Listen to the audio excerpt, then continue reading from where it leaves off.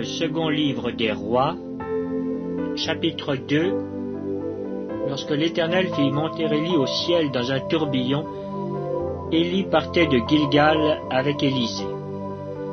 Élie dit à Élisée, « Reste ici, je te prie, car l'Éternel m'envoie jusqu'à Béthel. » Élisée répondit, « L'Éternel est vivant et ton âme est vivante, je ne te quitterai point. » Et ils descendirent à Béthel.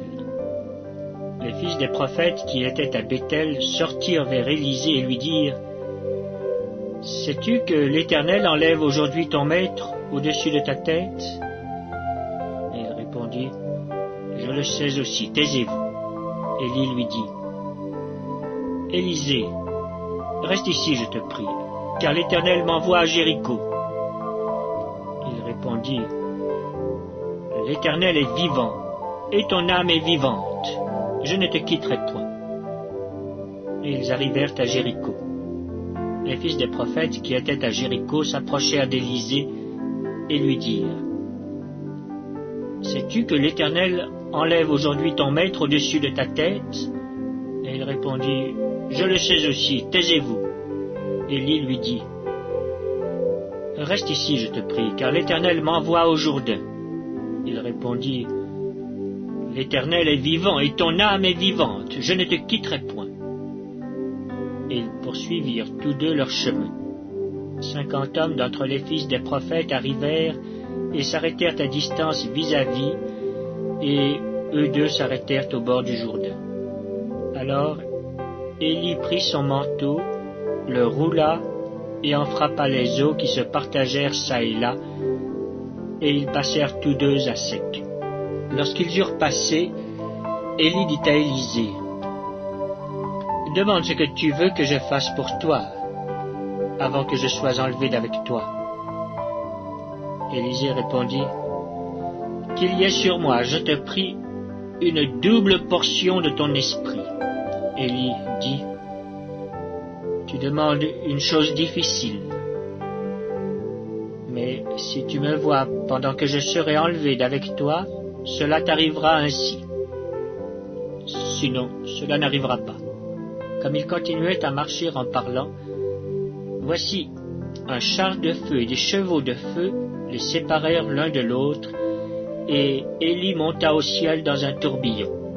Élisée regardait et criait, « Mon père, char d'Israël et sa cavalerie !» Et il ne le vit plus. Saisissant alors ses vêtements, il les déchira en 2 morceaux, et il releva le manteau qu'Élie avait laissé tomber.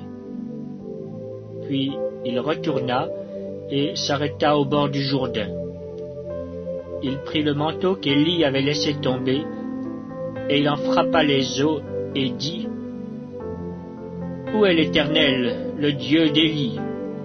Lui aussi il frappa les eaux qui se partagèrent çà et là, et Élisée passa.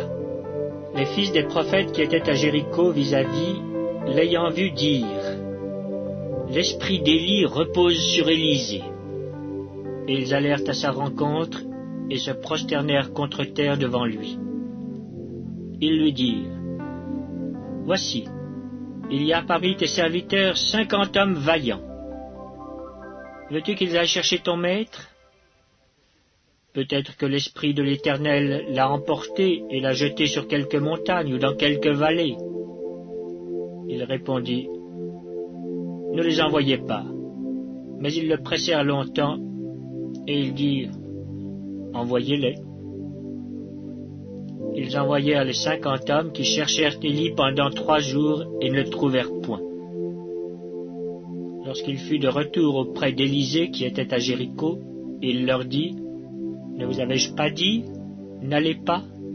Les gens de la ville dirent à Élisée, « Voici, le séjour de la ville est bon comme le voit mon Seigneur. Mais les eaux sont mauvaises et le pays est stérile. » Il dit, « Apportez-moi un plat neuf et mettez-y du sel. » Et ils le lui apportèrent. Il alla vers la source des eaux, et il y jeta du sel et dit, « Ainsi parle l'Éternel. J'assainis ces eaux, il n'en proviendra plus ni mort ni stérilité. Et les eaux furent assainies jusqu'à ce jour, selon la parole qu'Élisée avait prononcée. Il monta de là à Béthel, et comme il cheminait à la montée, des petits garçons sortirent de la ville et se moquèrent de lui. Ils lui disaient « Monte, chauve, monte, chauve !» Il se retourna pour les regarder, et il les maudit au nom de l'Éternel. Alors 2 ours sortirent de la forêt et déchirèrent 42 de ses enfants. De là, il alla sur la montagne du Carmel, d'où il retourna à Samarie.